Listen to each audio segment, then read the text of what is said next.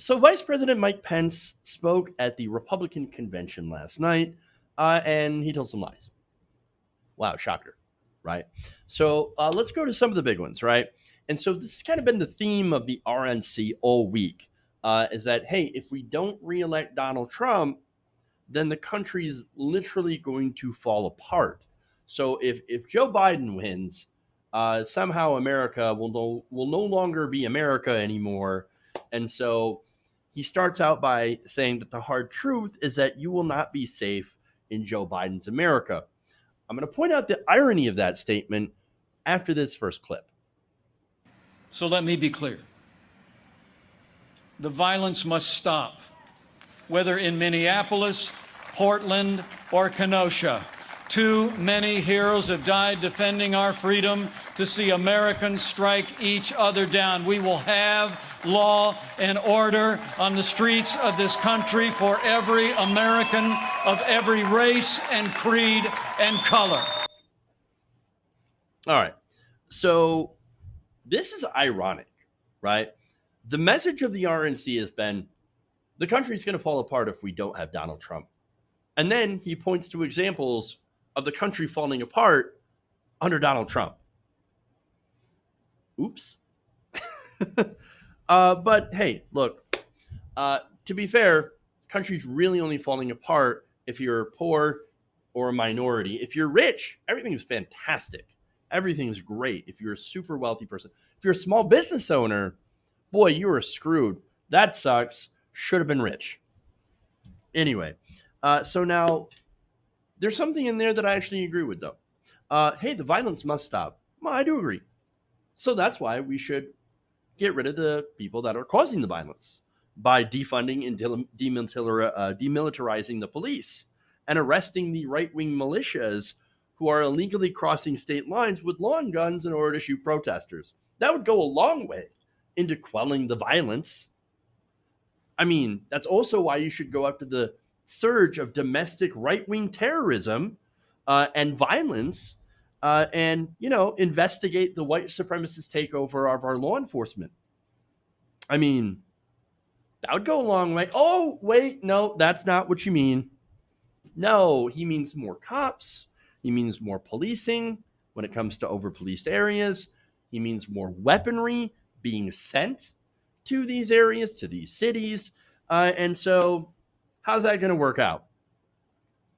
I mean, when you have the police that are treating these areas, these cities, right, as if they're in like Fallujah, okay, it's not going to turn out well.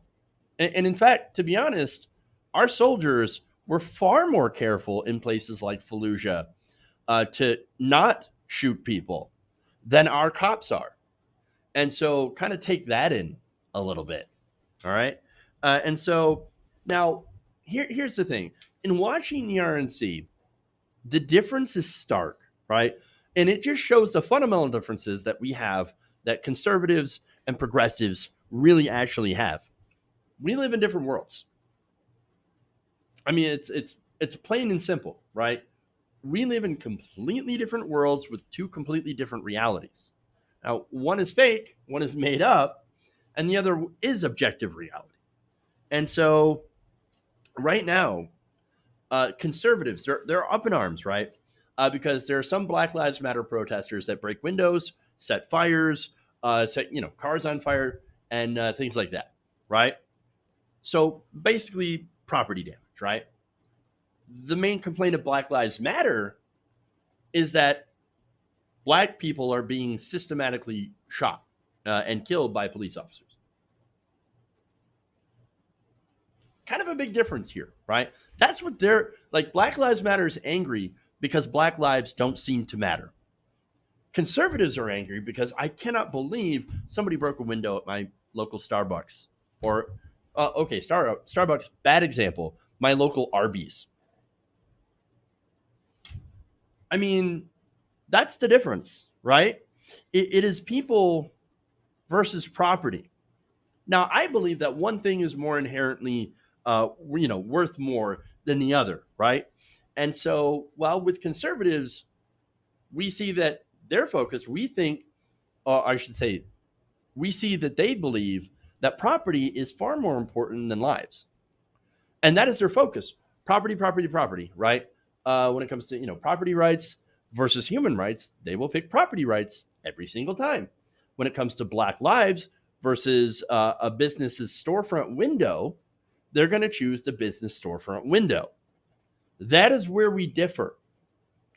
We cannot come to an agreement if we don't agree in the inherent worth of a human life. And ironically, these are people that call themselves pro-life, that are always like, oh, we got to save the babies. We got to save the fetuses because they're not babies yet. We got to save the zygotes from abortion, but let's forget about the human beings that after they are born suffering under poverty. That is the difference. They cannot call themselves pro-life when they literally do not believe that certain lives matter more than property. I'm not saying property don't matter, right? It does. And people do put a lot of money and a lot of time into building your businesses and things like that. And I'm not discounting that at all. But property is still not more important than human lives. And that is just a fundamental disagreement. And so the other thing that's funny to point out is that protests and riots only seem to come after a police officer murders an unarmed Black person. Whether it be somebody walking to their car, right? Or asleep in their own apartment, or playing with a toy gun in a park, or in a Walmart with a pellet gun, right? That they bought, or selling loose cigarettes, or having a counterfeit check.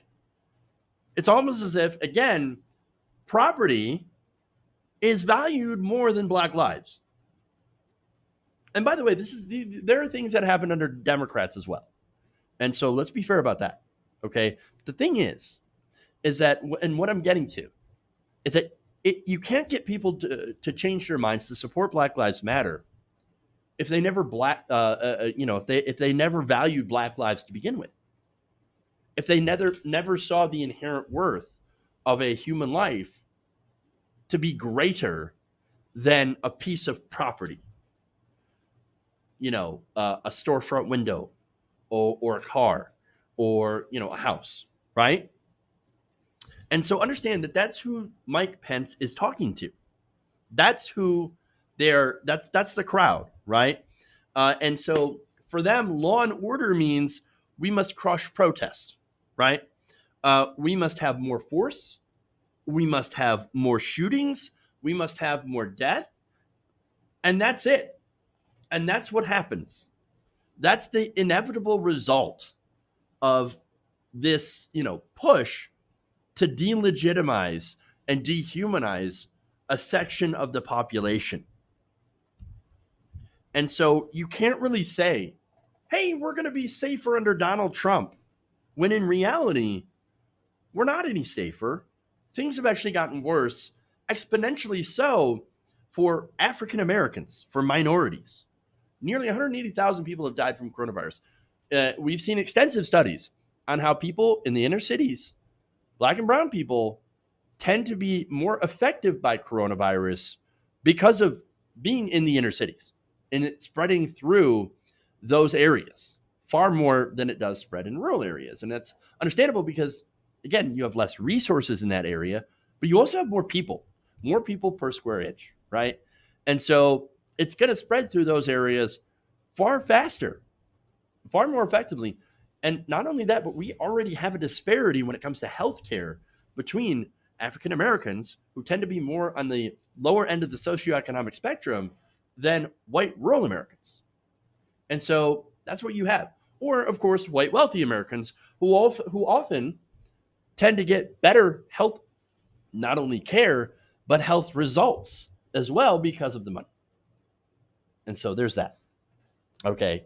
And so, again, you can't say that we're safer under Trump when it's clear that we're not.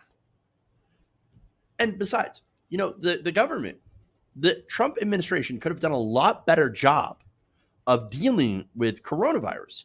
However, you would actually have to have a competent government that cared about people. And not only that, but we also have in this country more right-wing domestic terrorism. Why? Because we didn't clamp down on it. And look, part of the blame also goes to the Obama administration for ceding to Republicans and saying, okay, now that Republicans have complained and said, how dare you try to look into right-wing domestic terrorism instead of Islamic terrorism?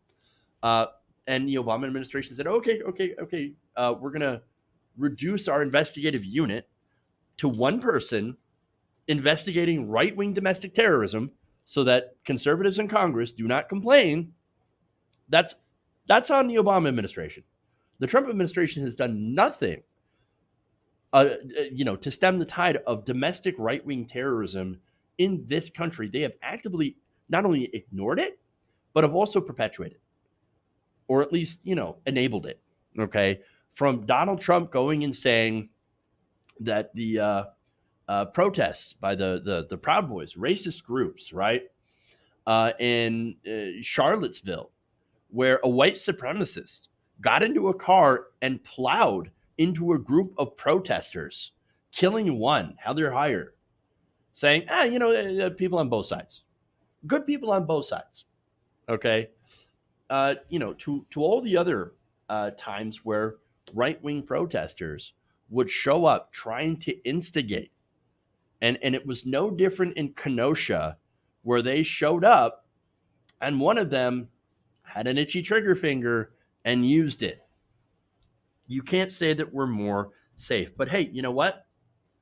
I guess the rich people are more safe because they're in their gated communities and they're protected from the rest of us.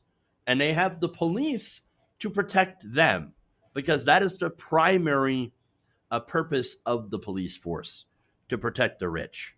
But now there's plenty more, right, than just that, because I don't want to harp on that all day. But there's more lies. And this is when they talk about, of course, Biden's platform, which, in my opinion, could be far more progressive, but is certainly not what Mike Pence is about to say. The radical left believes that the federal government must be involved in every aspect of our lives to correct those American wrongs. They believe the federal government needs to dictate how Americans live, how we should work, how we should raise our children, and in the process deprive our people of freedom, prosperity, and security. Their agenda is based on government control. Where President Trump cut taxes, Joe Biden wants to raise taxes by nearly $4 trillion. Where this president achieved energy independence for the United States, Joe Biden would abolish fossil fuels, end fracking, and impose a regime of climate change regulations that would drastically increase the cost of living for working families. Joe Biden has been a cheerleader for communist China. He wants to repeal all the tariffs that are leveling the playing field for American workers. Joe Biden is for open borders, sanctuary cities, free lawyers and health care for illegal immigrants. Joe Biden wants to end school choice. Joe Biden would be nothing more than a Trojan horse for the radical left. We stand at a crossroads, America.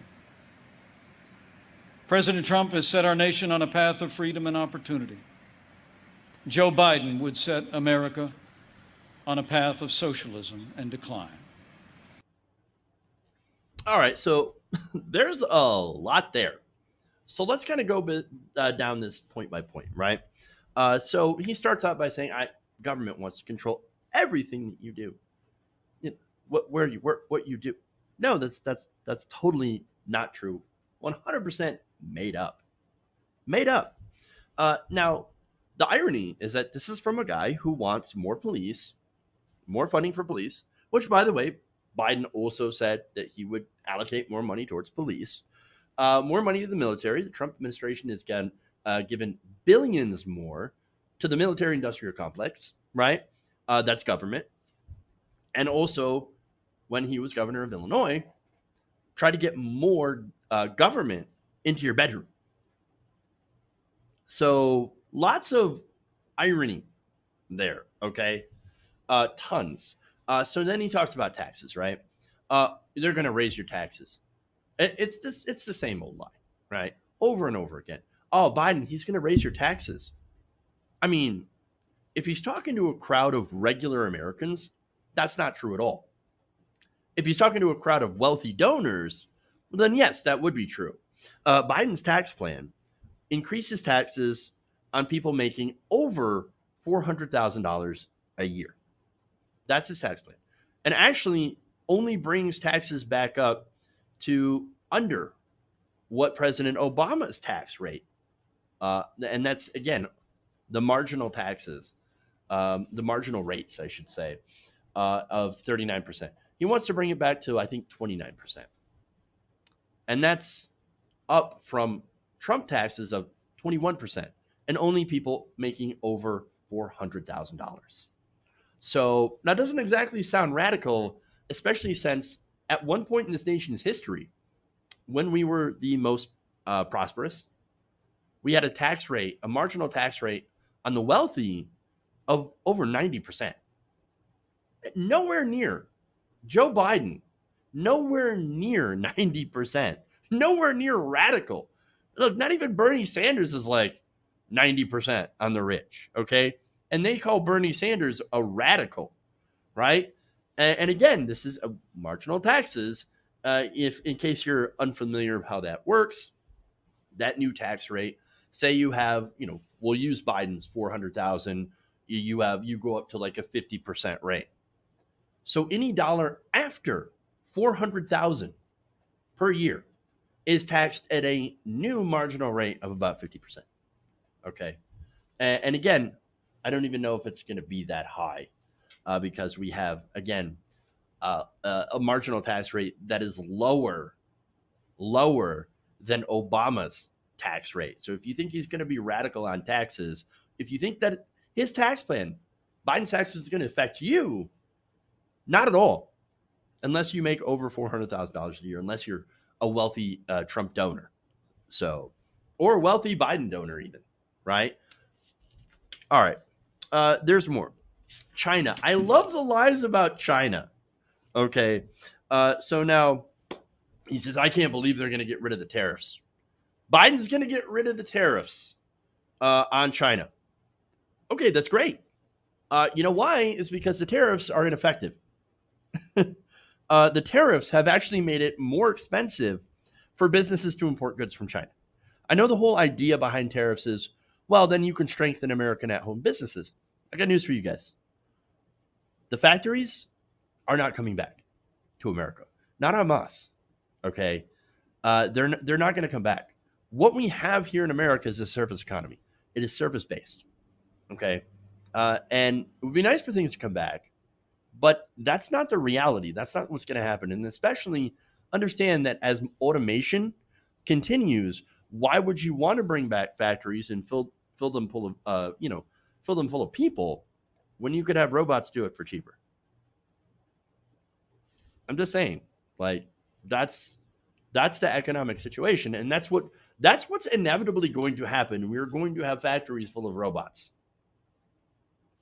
So understand that, right? And so this whole thing about, China and protectionism, not really. That's not going to be effective. And right now, the whole, the what's going on with the tariffs, basically what we have is increased prices for you and I, right? We're actually paying for those tariffs.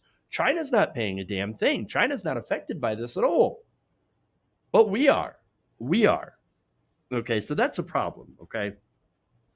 So now Biden also has called for us to be, quote unquote, tougher on China. I don't know what that means. I don't know what that's going to look like. But he says tougher on China. All right. More, right? Open borders. We hear this all the time, right? That's never been true of any Democrat, especially Biden. Ridiculous. Absolutely ridiculous.